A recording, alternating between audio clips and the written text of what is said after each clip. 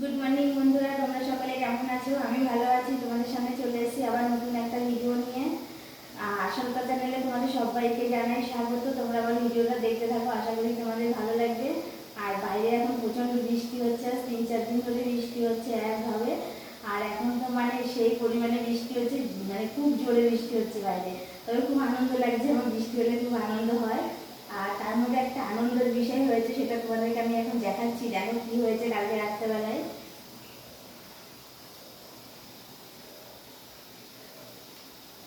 এই দেখো বন্ধুরা, জানি না এই মাছটা কোথা থেকে এসেছিল। দিয়ে ঘরের সামনে তো মাছ আসার এখানে কোনো কথাই না, যেহেতু এখানে কোনো পুকুর নেই, এটা পুরো টাউনের মধ্যে। আর আমাদের আশেপাশে কোনো ড্রেনও নেই যে ড্রেনের থেকে মাছটা উঠে আসবে। কোথা থেকে এসে জানি না। তা তোমার দাদাভাই রাত্রেবেলা এসে দেখছি সিঁড়ির কাছে মাছটা লাফাচ্ছে। পরে আমাকে বলছে দেখো একটা মাছ এসে। আমি তো প্রথমে বিশ্বাস করিনি, ভাবছি মিথ্যে কথা বলছে। তারপরে দরজা খুলে দেখেছি হ্যাঁ সত্যি সত্যি মাছটা ধরেছি, রেখে দিয়েছি। এই মাছটা যদিও খাবো না, তবে ভালো লাগে ধরে রেখেছি তার জন্য। মাছটা কি সুন্দর খেলা করে বেড়াচ্ছে। এটা কিন্তু কই মাছ। এখন এখানে কই মাছ কোথা থেকে এলো জানি না, তা মাছটা খুবই ভালো লাগছে আমার কাছে, এই জন্য মাছটা ধরে রেখে দিয়েছি।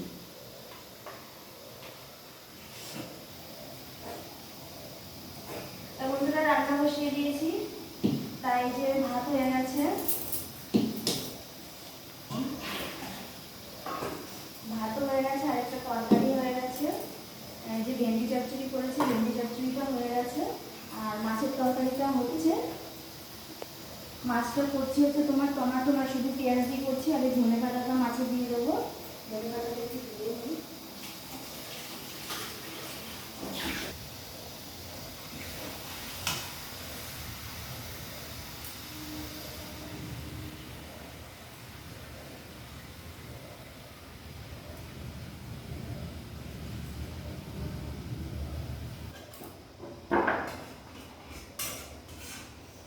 তা মাছের ঝালটা করেছি, মাছের ঝালটাও হয়ে গেছে বন্ধুরা, রান্নাটা হয়ে গেছে। এবার চা করে নেবো।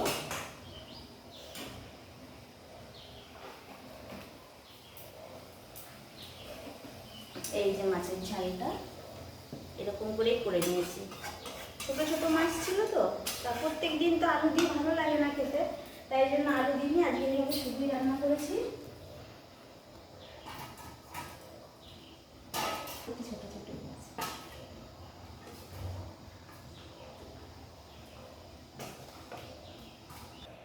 তো বন্ধুরা, চা করে নিয়েছি। এখানে 3 জনের চা আছে, আমার, তোমাদের দাদা ভাইয়ের আর ভাইপোর 3 জনের চা আছে।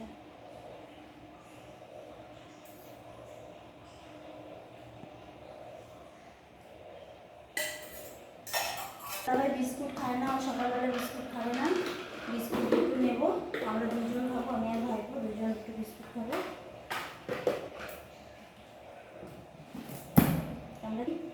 তোমরা দেখতে থাকো।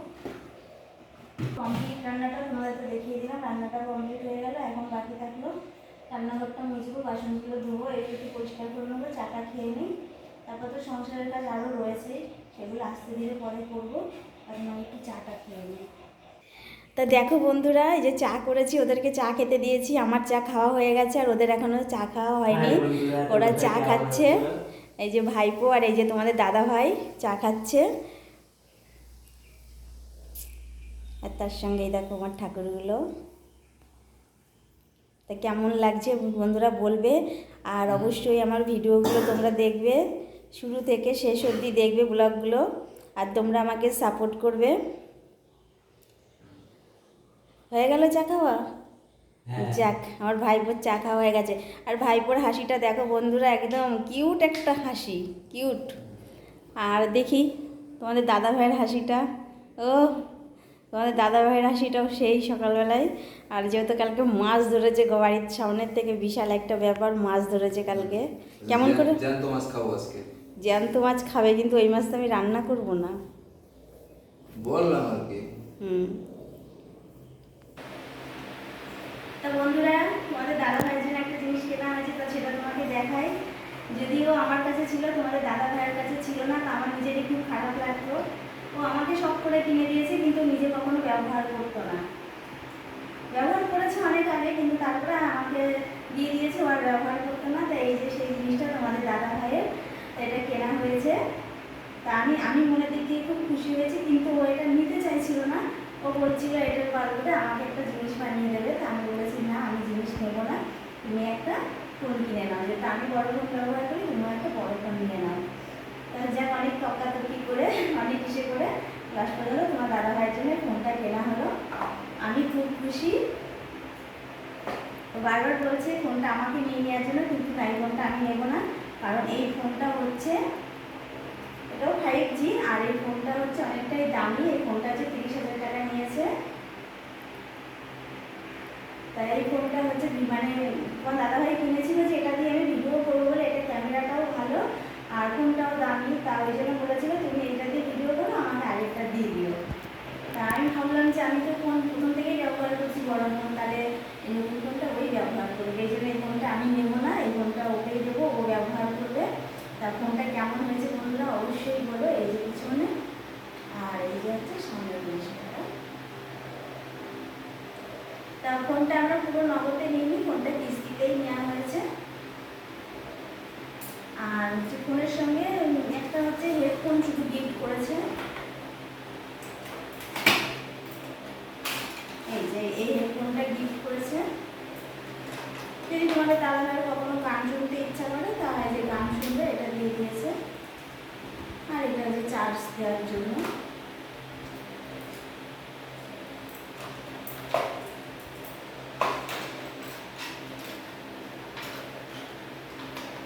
তো অবশ্যই তোমরা বলবে, তা তোমাদের দাদা ভাইয়ের যা একটা ইচ্ছে বলতে ও হচ্ছে ইচ্ছে পরে উনি ফোন নেবে, ও কোনো বলতো না যে আমি বড় ফোন নেবো। ও শুধু একটাই কথা, বড় ফোন কিনলে আমাকেও দেবে।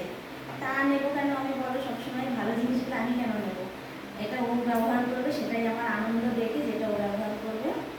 তারপরে পরবর্তীতে তারপরে আরও একটা ফোন আমরা কিনে নেবো, যেহেতু ভিডিও করি আরও একটা ফোন কিনে নেবো, যেহেতু বাড়িতে দুটো ফোন থাকলে সুবিধা হবে আমার, যে একটাতে ভিডিও করলাম আর একটাতে ফোন টোন আসলে ধরবো। তা এটা শোধ হলে আশা আছে আরেকটা ফোন নিয়ে নেবো। তা তোমরা অবশ্যই আমার ভিডিওগুলো দেখো, আমার সাথে থেকো, আমার পাশে থেকো। আর আমার ভিডিওগুলো কেমন হচ্ছে অবশ্যই তোমরা বলো। আমি কিন্তু ভালো ব্লগ বানাতে পারি না, তবুও আমি চেষ্টা করছি যে ভালো ভিডিও করার জন্য। যে তোমরা আমাকে একটু সাপোর্ট করো। আর যারা আমার পরিবারের নতুন সদস্য হবে অবশ্যই আমার চ্যানেলটা সাবস্ক্রাইবার করে দিও। আর তোমাদের কাছে একটা কথা বলি বন্ধুরা, যে সামান্য সামান্য জিনিসগুলোই কিন্তু আমাদের কাছে অনেক বড়। কারণ কি জানো তো, আমাদের সামর্থ্য অনুযায়ী, মানে আমাদের যেটুকু রোজগার, যেটুকু সামর্থ্য, তার মধ্যে আমাদের কাছে এই ছোটোখাটো জিনিসগুলোই কিন্তু আমাদের কাছে অনেকটাই দামি।